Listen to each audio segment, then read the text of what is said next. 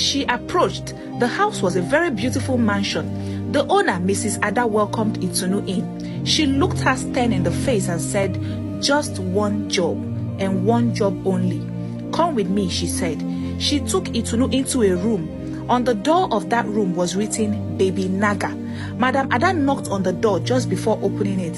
As they walked in, a large black cobra snake rolled on the large bed.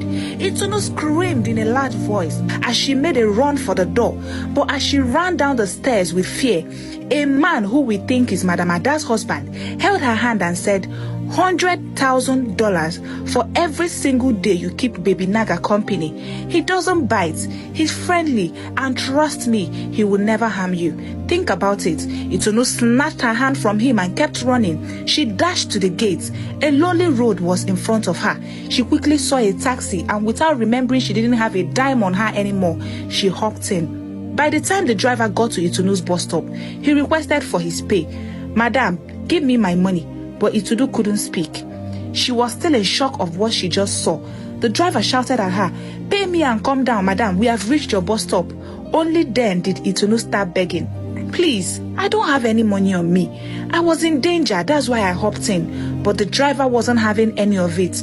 "See this thief, oh," he shouted. He stepped down from the car and started calling the attention of people. "Thief, oh, thief, oh," the driver shouted, and people gathered. Before anyone could say jack, Itunu was dragged to the mud and people gathered. "Fine girl like you enter motor without money," one man said.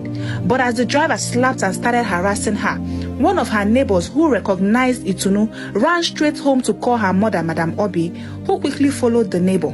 Once Madam Obi got there, she heard what had happened.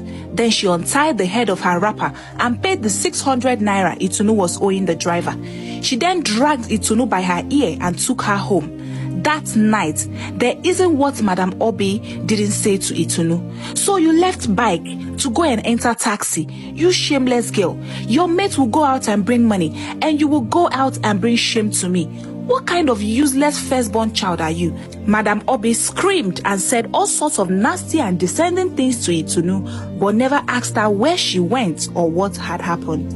As Itunu sat down on her mat that night, tears streamed down her face.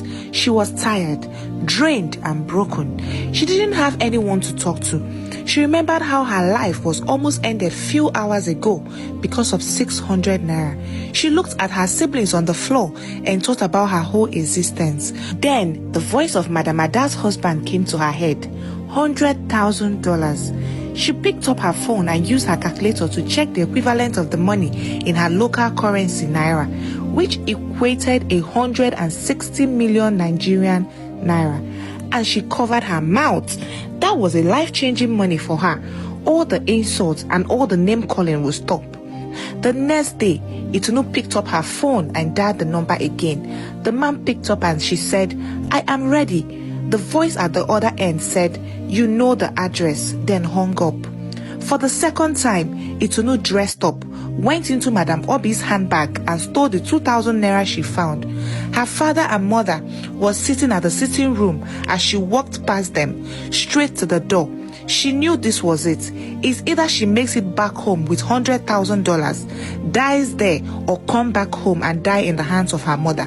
So she hurriedly left. As she got to the big mansion, her heart beat fast. She was welcomed by Madam Ada again. "All you have to do is 5 minutes with Baby Naga. Let it touch you and caress you. Make Baby Naga happy and you will happily smile to the bank."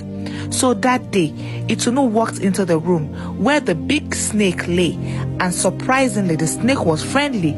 Itunu fell unconscious immediately, and by the time she woke up, her body did not feel the same. She knew something had happened. After the job well done, $100,000 cash was handed over to her by Madam Ada's husband, and she left. That evening, Itunu returned home with quiet steps and a strange fire in her eyes. She was no longer the girl who begged for small coins at Lagos bus stops. As she stepped into the room, Madam Obi looked up, ready to unleash her usual thunderous voice. But before the woman could say a word, Itunu tossed a thick bundle of naira notes at her feet. "Use that," she said, her voice calm and sharp like a cold blade. Madam Obi gasped. picked up the money with trembling fingers and immediately changed her tune. "My daughter, the fruit of my womb, I always knew you would shine," she sang, forgetting all her insults, questions, and warnings. From that moment, Itunu moved her family out of the crowded, smelly "Face Me, I Face You" building and into a fine house with tiled floors, running water, and 3 toilets. Her parents slept on foam beds with bed frames for the first time in their lives. Her siblings, who once fought over plates of food, now wore neat uniforms in expensive boarding schools. They wrote letters home on weekends and talked about how their classmates envied their lunch boxes. As for Itunu, she moved into a separate house of her own, a mansion with marble floors, chandeliers like hanging stars, and couches as soft as clouds. She bought herself perfume that smelled like foreign dreams, shoes that clicked like royalty, and wigs that danced in the wind. Sometimes she would walk into big boutiques on the island with quiet confidence and bought things without checking the price. She flew in airplanes, wore coats in cold places, and took photos at airports with bags full of things. Her social media was full of shiny things: designer dresses, spa dates, fine dinners, and big sunglasses. People whispered her name with admiration and envy. And to explain the sudden wealth, she opened a fashion house, Itunu Stitches, glowing in gold letters. Workers bowed when she entered. Customers smiled nervously.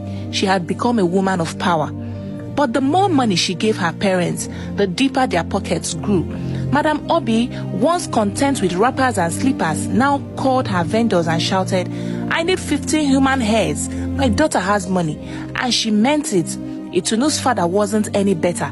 He collected fat envelopes of money and disappeared for days, sometimes weeks, sleeping in hotels, drinking bottles of expensive spirits, and flirting with women young enough to be his daughters.